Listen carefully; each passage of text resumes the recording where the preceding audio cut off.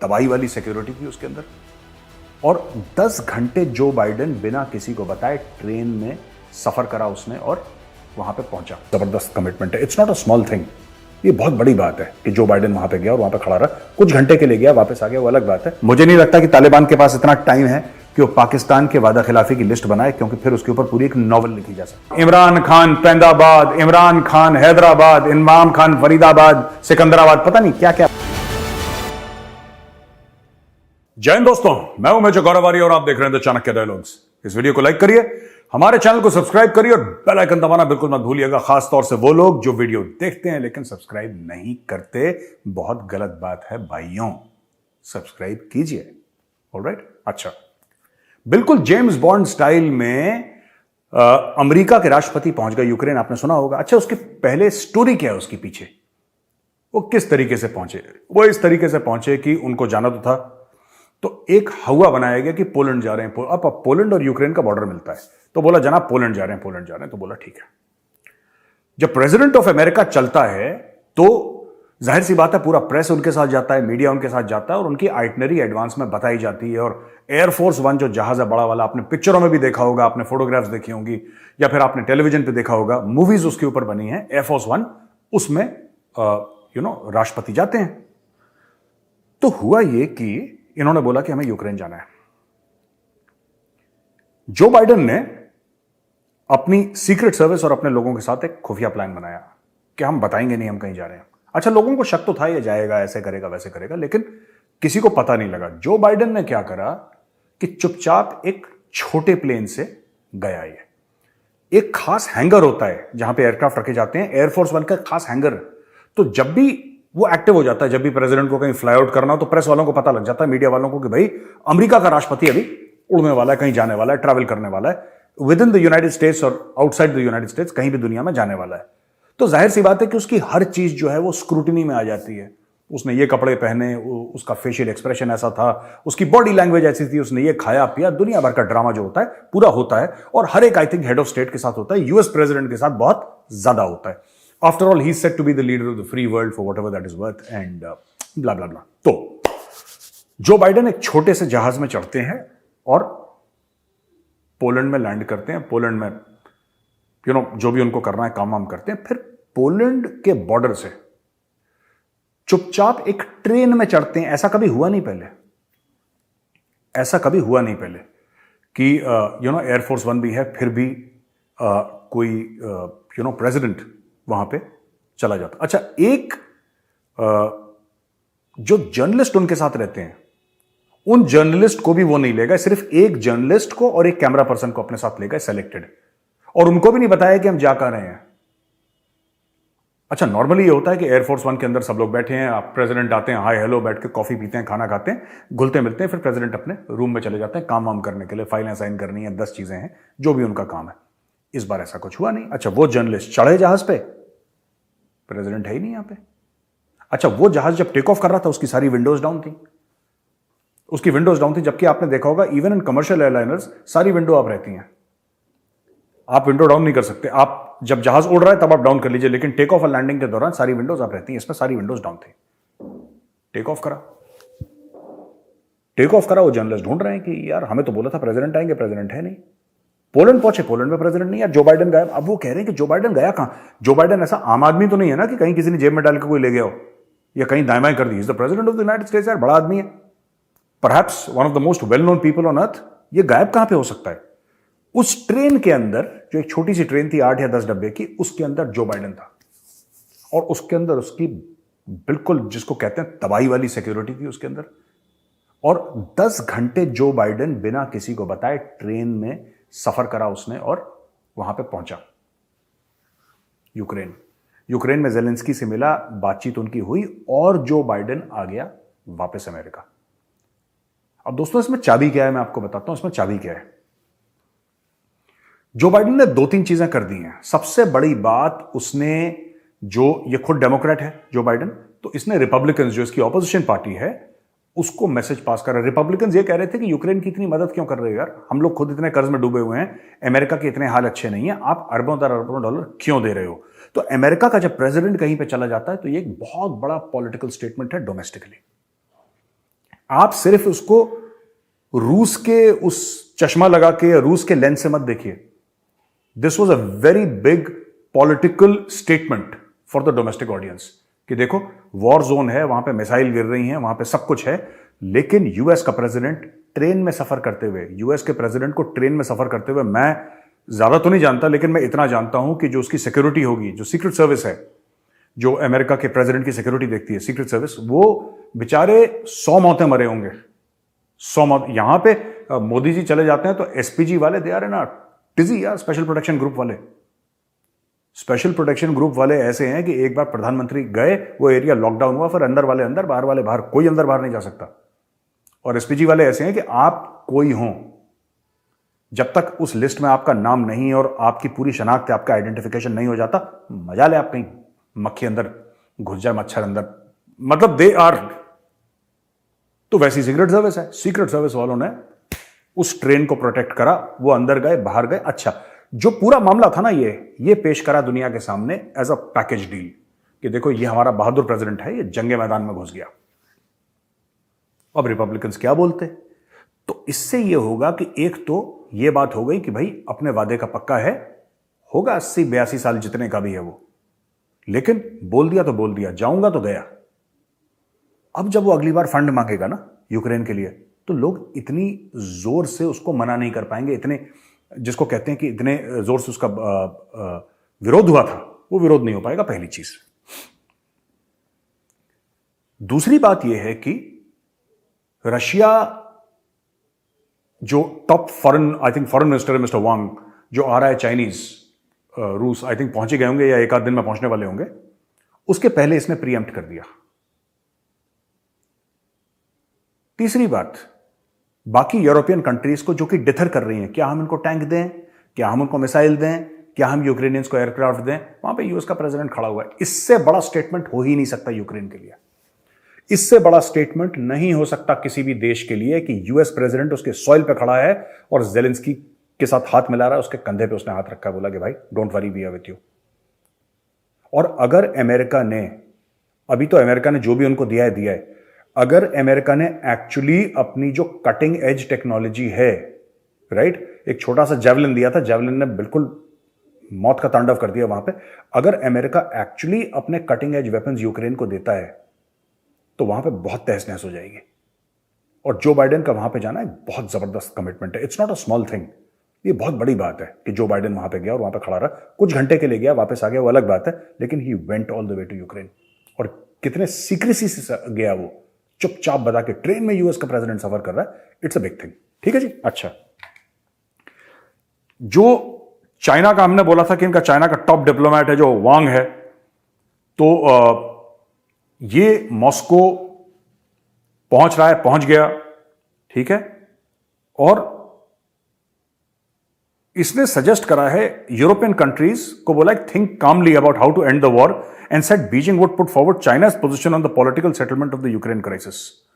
Kremlin spokesperson Dmitry Peskov confirmed the planned visit by Wang to Moscow but gave no date for the trip. Wang, speaking in Budapest on Monday, said China was ready to work with Hungary and other countries to bring hostilities to an end. तो देखो, China यहां पे अगर किरदार निभा रहा है अपना, तो ये अच्छी बात है कि लड़ाई खत्म हो जाए. मोदी जी ने भी यही बोला था, this is not an era of war, right. लेकिन हमें एक बात समझनी पड़ेगी कि चाइना इसमें अपना बेनिफिट देखेगा. हर एक मुल्क देखता है, हर एक मुल्क अपना बेनिफिट देखता है. ऐसी बात नहीं कि इंडिया नहीं देख रहा. इंडिया ने भी खूब तेल खरीदा रशिया से, तो इंडिया भी अपना बेनिफिट देख रहा है. लेकिन चाइना का क्या बेनिफिट है, यह देखना पड़ेगा. चाइना के जबड़े और चाइना के पंजे किसी भी और मुल्क से बहुत बड़े हैं. तो चाइना रशिया से क्या कंसेशंस लेगा तेल के बारे में, मैं आपको बताता हूं. रशिया चाहता है लड़ाई खत्म हो जाए, रशिया चाहता है लड़ाई खत्म हो जाए. और यूक्रेन अपने अलग घमंड में चल रहा है इस वक्त कि पूरा वेस्ट हमें सपोर्ट कर रहा है, पैसा आ रहा है, ठोको. क्योंकि यूक्रेन में एक बहुत बड़ा मामला है करप्शन का. इसके बारे में लोग डिस्कस नहीं करते, पर बहुत बड़ा मामला है करप्शन का, and there is no accounting for it. अब तो यूक्रेन तो हीरो बन गया ना इस वॉर में. अब वेस्टर्न मीडिया के हिसाब से यूक्रेन हीरो बन गया, लेकिन fact of the matter is Ukraine में भी प्रॉब्लम्स है. मैं ये नहीं कह रहा कि रशिया बुरा है या अच्छा है, या यूक्रेन बुरा है अच्छा है. सच तो सच है, वो हमें बोलना चाहिए. ठीक है, तो ये बात है अभी इस वक्त. और चाइना जो है इसमें क्या क्या कंसेशंस लेगा वेस्ट से क्या कंसेशंस लेगा, यूरोप से क्या कंसेशंस लेगा अगर लड़ाई खत्म करवाता है तो, और रूस से किस रेट पे तेल लेगा, क्योंकि China is an energy hungry nation, ठीक है। तकरीबन 1.5 अरब की, मोटा मोटी 1.5 अरब की आबादी है और उसको सप्लाई चाहिए। रशिया के पास फ्यूल है, गैस है, और रशिया किस रेट पे उसको देगा, क्या उसके लॉन्ग, चाइनीज जो है ना, they will negotiate the hell out of everybody. मैं तो इनके साथ, मेरी बिजनेस डीलिंग्स रह चुकी हैं अपनी, जब मैं कॉर्पोरेट में था, so they negotiate very hard, even Indians negotiate very hard. लेकिन चाइनीज का ये है कि वो दे आर वेरी क्लियर, ये मानना पड़ेगा चाइनीज के बारे में। अच्छा जी, ठीक है। अब हम थोड़ा सा बात करेंगे पाकिस्तान के बारे में। कैसे हो सकता है कि यार हम पाकिस्तान के बारे में बात ना करें? अच्छा, तो ये अल जजीरा की खबर है जिसमें ये बताते हैं कि तोरखम बॉर्डर जो है, तोरखम बॉर्डर एक बहुत इंपॉर्टेंट बॉर्डर है जो कि अफगानिस्तान और पाकिस्तान के बीच में ड्यूरन लाइन पर, वहां पे काफी ट्रेड होती है, वो बंद हो गया। वो बंद हो गया। तोरखम बॉर्डर क्यों बंद हो गया? तालिबान ने बंद कर दिया। तालिबान कहता है कि भाई ये भरोसे के लायक नहीं है यहां पे और ये गड़बड़ कर रहे हैं, राइट। और ये अभी तक जो बात है कि जो मुल्ला मोहम्मद सादिक है, तालिबान का अपॉइंटेड कमिश्नर जो तोरखम में है, तालिबान का है, वो कहता है कि Pakistan has not been abiding by its commitment, so the crossing point was shut down. यानी कि तालिबान कह रहा है कि भाई हमने शट डाउन करा है पाकिस्तान ने। अब कौन सी वादा खिलाफी करी है पाकिस्तान ने? मुझे नहीं लगता कि तालिबान के पास इतना टाइम है कि वो पाकिस्तान के वादा खिलाफी की लिस्ट बनाए, क्योंकि फिर उसके ऊपर पूरी एक नॉवल लिखी जा सकती है, क्योंकि ऐसा कोई सगा नहीं जिसको ठगा नहीं। अच्छा, तो इन्होंने बंद कर दिया और वहां पे फायरिंग भी हो गई, तो एक पाकिस्तानी इंजर हो गया। ये तालिबान ने फिर एक पाकिस्तानी को ठोक दिया वहां पे, राइट। ये बिल्कुल ताजा खबर है जो वहां पे पाकिस्तान में चल रहा है। इसके अलावा क्या हुआ कि जो वहां पे जो तालिबान वाले थे, अब तालिबान वाले कह रहे हैं, ऐसी उनके बीच में बात चल रही है कि बाकी और बॉर्डर क्रॉसिंग्स भी बंद करो। अब ये पता नहीं करेंगे नहीं करेंगे, आई डोंट नो, क्योंकि इसके बारे में मीडिया नहीं डिस्कस कर रहा है, लेकिन सोशल मीडिया पे खुशफुसाहट है, Afghan social media, Pakistani social media, कि भाई तोरखम हमने बंद कर दिया, अब हम और जगह भी बंद करें। इनके कई सारे क्रॉसिंग पॉइंट्स हैं ना, जहां से लोग आते हैं, ट्रेड होती है, कि ये भी बंद करेंगे। तालिबान कह रहा है ये भी बंद करो, हमें इनकी जरूरत नहीं है, क्योंकि तालिबान को यह पता है कि ये जो पाकिस्तानी है ना, ये खासतौर से इनकी सरकार जो है, इनकी गवर्नमेंट, इनकी फौज, कहता है ये लोग छिछोरे हैं यार, ये लोग छिछोरे हैं। और दोस्तों, छिछोरे से याद आया कि इमरान खान को बेल मिल गई, है ना, इमरान खान को बेल मिल गई। अच्छा, इसके ऊपर भी बड़ी अच्छी कहानी है। इमरान खान को क्या बेल मिली? इमरान खान पहले जा ही नहीं रहा था। कोर्ट वाले कहते थे यार तुम सवेरे 8 बजे आ जाओ, रात के 8 बजे आ जाओ, रात के 12 बजे आ जाओ, दोपहर को 4 बजे आ जाओ, जब तुम्हारी खुशी है खान साहब तुम आ जाओ। खान साहब कह रहे मैं नहीं आऊंगा, मैं बैठा हूं, मुझे गोली लगी है, मैं तो चल नहीं सकता। अच्छा, गोली झोली कुछ नहीं लगी थी इसको, टुकड़े उकड़े कुछ घुसे थे, फ्लैश वुंड था, कोई बोन में वुंड नहीं था, लेकिन ये बैठा हुआ है 2 महीने से कुर्सी पे बैठा हुआ है, कोई पूछने वाला नहीं है। सबको बोल दिया जेल भरो, हमने कल बोला था ना, सबको बोला जेल भरो जेल भरो जेल भरो। अपने दोनों बेटे बाहर, ये जमान पार्क लाहौर में अपने आलीशान बंगले के अंदर, पूरा लोग इसको प्रोटेक्ट कर रहे हैं, सराउंड कर रहे हैं, और ये कह रहा है कि साहब हम तो अंदर ही रहेंगे घर के। तो कोर्ट ने कल इसको मजबूर कर दिया कि तुम कोर्ट तक आ जाओ, तो आया ऐसे व्हील चेयर में बैठा बैठा बैठा बैठा। अच्छा, कोर्ट के अंदर ना घुस के दे भाई, ये कोर्ट के अंदर ना घुस के दे। वहां पे पीटीआई वाले सपोर्टर, हजारों लोगों का हुजूम, तो इमरान खान जिंदाबाद, इमरान खान पैंदाबाद, इमरान खान हैदराबाद, इमरान खान फरीदाबाद, सिकंदराबाद, पता नहीं क्या क्या बोल बोल के जज चढ़ गया अंदर बैठा। जज ने बोला बेटा सुन, ये जिंदाबाद, हैदराबाद, सिकंदराबाद ये बाद में करना, तू अंदर आ पहले, तू अंदर आता है कि मैं तेरे को अंदर करूं। अब इमरान खान घबरा गया, तो जो व्हील चेयर पे बैठा था ना, ये भाई ऐसे भागा कि जैसे रनअप करता है फास्ट बॉलर, ये अंदर गया दौड़ दौड़ के जज के पास। फिर उसको बेल मिल गई, वो पहले से मामला सेट था कि इसको बेल मिलेगी। मुझसे कई लोगों ने पूछा कि अरेस्ट होगा कि नहीं, मैंने बोला यार मुझे नहीं लगता, पाकिस्तान में you never know, army chief जो चाहता है हो जाएगा, लेकिन अभी इसको अरेस्ट नहीं करा गया, इसको बेल मिल गई। सो द जजेस also bought themselves some time, लेकिन इमरान खान ने खूब ड्रामा करा, राइट। अच्छा, इसके अलावा ये देखिए, अच्छा, पेमरा जो पाकिस्तान का इलेक्ट्रॉनिक मीडिया रेगुलेटरी अथॉरिटी है, उसने बोला कि टेरर अटैक्स की कवरेज आप नहीं करेंगे, मीडिया को अपने बोला। अच्छा, ये बड़ा अच्छा स्टेप है, मैं आपको बताता हूं। एज एन इंडियन मैं इस स्टेप को सपोर्ट करता हूं, पेमरा के स्टेप को। क्यों सपोर्ट करता हूं? हमारे यहां भी आपने देखा होगा, चाहे कारगिल की लड़ाई हो या 26/11 हो, हमारे जर्नलिस्ट हर जगह पहुंच जाते हैं, हमारे मीडिया वाले हर जगह, उनको वहीं पे घुसना है बिल्कुल, जहां पे पाकिस्तानी आतंकवादी है ना AK-47 लेके, उसकी AK-47 की बैरल यानी कि उसकी नली के अंदर माइक डाल देंगे या कैमरा डाल देंगे, इनका बस चले तो कीजिए। अभी ब्रेकिंग न्यूज है अभी। इससे क्या होता है कि वो खुद अपनी जान को जोखिम में डालते हैं, ये बात सच है, लेकिन इससे ये भी होता है ना कि दे डोंट रियलाइज ये मोबाइल फोन यूज करते हैं, राइट? क्योंकि सारे जर्नलिस्ट यूज करते हैं, आप और मैं भी यूज करते हैं, आम लोग mobile phones locations can be tracked, right? आप लोकेशन ट्रैकिंग होती है, 10 किस्म की चीजें होती हैं। आजकल की टेक्नोलॉजी है कि आपके खुद की सिक्योरिटी फोर्सेस खतरे में आ जाती हैं। आप रिपोर्ट कर रहे हैं कि अच्छा सिक्योरिटी फोर्सेस, मैं देख रहा हूं कि या मैं देख रही हूं कि सिक्योरिटी फोर्सेस यहां से गए हैं, यहां से अब यहां से आएंगे, बताइए साहब आप क्या सोचते हो? कह रहा है मैं सोचता हूं वहां से आएंगे और यहां से। अच्छा, टीवी तो आतंकवादी भी देख रहे हैं। मुंबई में जब अटैक्स हुई थी यही तो काम कर रही थी मीडिया हमारी। तो वहां पे क्या है कि एवरीबडी इज वॉचिंग, और फिर वो अपने फोन पे अपने बंदों को बताते हैं कि यार यहां से आ रहे हैं सिक्योरिटी फोर्सेस, तुम जरा ध्यान।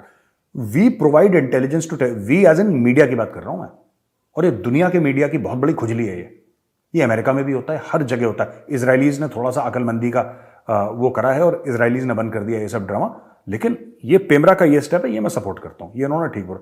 Terrorist incidents don't get media cameras. Media वाले सिर्फ ये बोलेंगे कि यार कि हमारे जो दर्शक हैं वो जानना चाहते हैं। कोई नहीं जानना चाहता यार, रिलैक्स, नोबडी इज इंटरेस्टेड, ठीक है? जब होगा तब बता देना कि हो गया है। अब आप हाइप बिल्डअप करोगे कि ये देखिए आतंकवादी यहां से जा रहा है, आप हाइप बिल्डअप करोगे तो लोग भी कहेंगे यार दिखाओ हमें आतंकवादी, हमने कभी नहीं देखा पहले। नॉट ट्रू फॉर पाकिस्तान, वो डेली देखते हैं पाकिस्तानी, बट इंडियंस या कोई और दुनिया में और कोई नॉर्मल मुल्क है उसने नहीं देखा आतंकवादी, लोग एक्साइट हो जाते हैं कि भाई है क्या चक्कर ये। तो ये चीज है। अच्छा, investigators suspect inside help in brazen attack on Karachi police office. Karachi police office KPO में जो अटैक हुआ था, अब इन्वेस्टिगेटर्स कह रहे हैं कि ये तो अंदर का मामला है। अच्छा, इनके टीवी एंकर अभी 2 दिन से ये कह रहे थे कि ये भारत में करवाया है। अच्छा हुआ मेरा नाम नहीं लिया, वरना मेरा ही नाम चिपका देते हैं हर जगह। मुझे समझ में नहीं आया। पहले मैं पाकिस्तानियों से हाथ जोड़ के ये रिक्वेस्ट करूंगा यार, हाथ जोड़ के, कि भाई आप मन बना लो कि किसने करा है। आपने खुद करा है, भारत ने करा है, यहूदियों की साजिश है, आपके मुल्क की अमीरी देख के इंडिया जल रहा है, आपकी तरक्की देख के यहूदी पागल हो गए हैं, अमेरिका आपके न्यूक्लियर असासे देख के जल चुका है। आप पहले डिसाइड कर लो कि स्टोरी क्या है, क्योंकि आपकी पुलिस वाले कह रहे हैं कि अंदर का काम था, ठीक है? आपके आधे एंकर कह रहे हैं कि हमें पता है किसने करा है, ये इंडिया की बहुत गंदी साजिश है।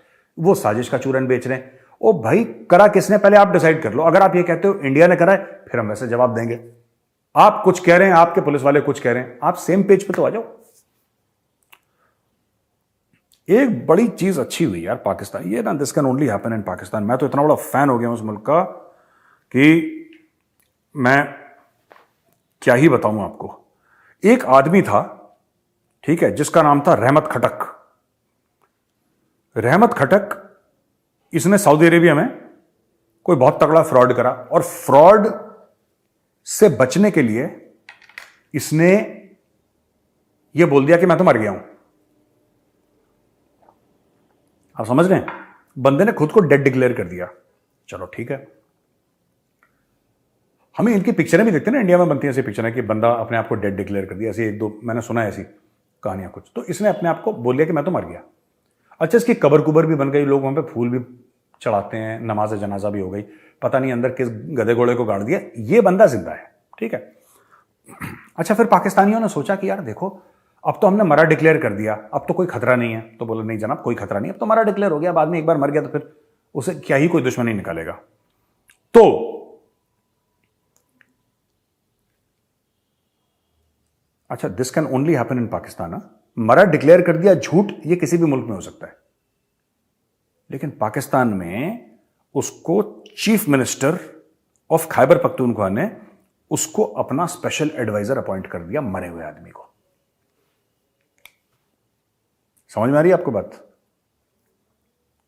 आपको इस बात का वजन समझ में आ रहा है? एक मरे आदमी को उन्होंने खैबर पख्तूनख्वा में अपना चीफ मिनिस्टर का स्पेशल एडवाइजर बना दिया। उन्होंने बोला कि अब तो मर गया, अब दुनिया क्या सोचेगी। फिर typical Pakistani twist of events, मरे आदमी को अपॉइंट कर दिया, और सीएम को पता था कि आदमी मरा हुआ है, टेक्निकली ऑन पेपर्स। कह रहा भाईजान अब तो आप मर चुके हैं, कोई दिक्कत नहीं है, जो खतरा था वो टल चुका, अब आप आ जाओ। मरे आदमी को अपॉइंट कर दिया। इस बंदे का नाम है रहमत सलाम खटक, ठीक है जी? रहमत सलाम खटक को कर दिया इन्होंने अपॉइंट। इसके अलावा दो छोटी छोटी और खबरें हैं कि एक फॉर्मर डीजी आईएसपी आ रहे हैं, मेजर जनरल अतहर अब्बास। उन्होंने ये बोला है कि पाकिस्तान को भारत के साथ डायलॉग करना चाहिए और पाकिस्तान, ये 14th कराची लिटरेचर फेस्टिवल में बोला कि पाकिस्तान को इंडिया के साथ डायलॉग करना चाहिए और ट्रैक टू डिप्लोमेसी होनी चाहिए, मीडिया, बिजनेस और ये सब डीजीआईएसपीआर। तो पाकिस्तानियों ने कवर कर दिया क्योंकि वहां पे मेजर जनरल भी बहुत बड़ी हस्ती होती है, राइट, यू नेवर नो। तो पाकिस्तानी मीडिया ने कवर कर दिया। डॉन जैसे फेमस अखबार ने छाप दी खबर की जनरल साहब ने ये बोला है। मेजर जनरल था वो, तो अतहर अब्बास, तो जनरल अतहर अब्बास को हमारा सिर्फ ये पैगाम है कि सर सॉरी, नॉट इंटरेस्टेड, और ये न्यूज यहीं पे खत्म होती है, नॉट इंटरेस्टेड।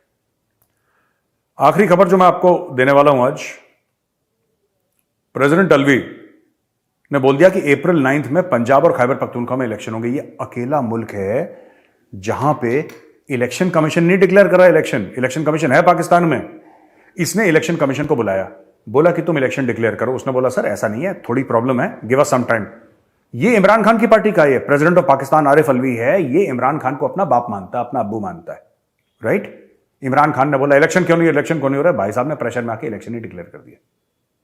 ये चल रहा सर्कस। Can you imagine? ये मुल्क अपने आप को डेमोक्रेसी कहता है, ये मुल्क अपने आप को डेमोक्रेसी कहता है, और यहां पे मैं बता रहा हूं डिक्टेटरशिप से बदतर हाल है। ऑल राइट, अब हम आते हैं अपने फेवरेट क्वेश्चन और आंसर्स पर। दोस्तों पहला सवाल है कल्पक दुस्तकार का। ये जानना चाहते हैं कल्पक जी कि डिमोनेटाइजेशन से पाकिस्तान की इकोनॉमी कैसे इंपैक्ट हुई। देखिए, पाकिस्तान की इकोनॉमी तो इंपैक्ट नहीं हुई इंडिया के डिमोनेटाइजेशन से, लेकिन पाकिस्तान के जो फेक करेंसी का रैकेट उन्होंने शुरू कर रखा था, जो नेपाल के थ्रू, कभी कश्मीर के टेररिस्ट के थ्रू, कभी जम्मू के थ्रू, कभी पंजाब के थ्रू, राजस्थान के थ्रू, गुजरात के थ्रू, ये सब पाकिस्तान ड्रामा करता रहता था। वो एक तो नाटक बंद हो गया क्योंकि अचानक रात के 8 बजे मोदी जी ने बोला कि मित्रों आज रात के 12 बजे से ये जो 2000 का नोट है ये चलेगा नहीं, ये 1000 का नोट है चलेगा नहीं। अब वो जो आतंकवादी जो बॉर्डर से पार कर रहा था, जिसको बोला था कि ये ले 25 लाख रुपए अपने आतंकवादी दोस्तों को दे देना, ठीक है, उसने बॉर्डर पार करा, अगले दिन अपने आतंकवादी दोस्तों को बोला कि भाई मैं आपके लिए 25 लाख रुपए लाया हूं। उसके आतंकवादी दोस्तों ने 2 थप्पड़ लगा कर, ये तो रद्दी के कागज लेकर आए, इसकी कोई वैल्यू नहीं है, मोदी जी ने रात को ही बोल दिया मित्रों। तो एक तो ये घाटा हो गया। दूसरी चीज, कश्मीर जैसी जगह में क्या हो गया कि पत्थरबाजी अचानक बंद हो गई, जबकि वो पत्थरबाजी चलती थी जब तक 370-35 से नहीं हटा था, लेकिन डिमोनेटाइजेशन पहले हुआ, अब 370-35 से हट गया। तो एक पूरा जो ट्रेन बन गया ना, मैं सिर्फ पाकिस्तान के नजरिए से बोल रहा हूं, भारत में डिमोनेटाइजेशन का अच्छा हुआ बुरा हुआ मैं उस पर कमेंट नहीं कर रहा।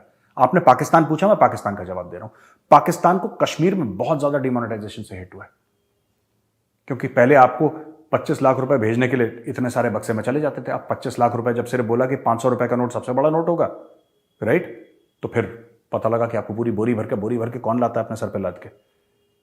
पत्थरबाजी अचानक बंद हो गई, जो भी हड़तालें थी वो बंद हो गई, हुर्रियत का खाना पीना बंद हो गया, बहुत सारी चीजें हैं कश्मीर में बंद हो गई बिकॉज ऑफ डिमोनेटाइजेशन। तो भारत को फायदा हुआ है अगर आप पाकिस्तान के नजरिए से देखें तो।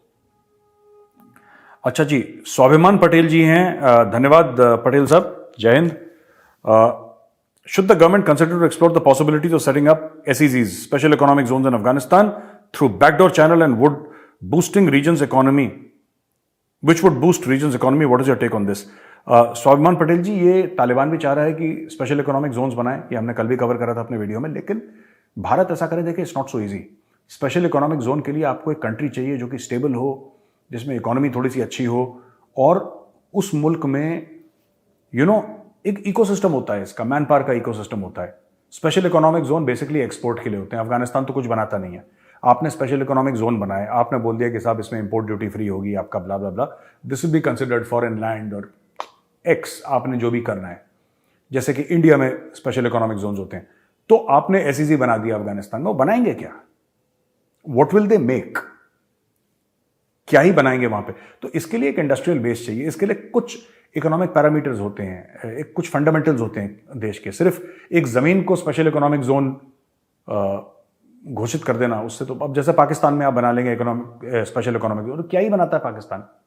वो तौलिए जांघिया बनियान, इससे अलावा क्या एक्सपोर्ट करता है Pakistan? There is nothing. India में है हजारों एकड़ के स्पेशल इकोनॉमिक जोन है, और मोस्टली आईटी को लेकर, मैन्युफैक्चरिंग के भी हैं और चीजों के भी हैं, फूड के भी हैं, लेकिन आईटी के सबसे बड़े हैं जहां तक मेरी नॉलेज जाती है, क्योंकि India has an IT infrastructure. Food processing का इंफ्रास्ट्रक्चर है इंडिया में, है ना, मैन्युफैक्चरिंग का है इंडिया में, तो इसलिए इंडिया कर लेता है। अफगानिस्तान में नहीं, अफगानिस्तान में समय लगेगा, अफगानिस्तान में टाइम लगेगा।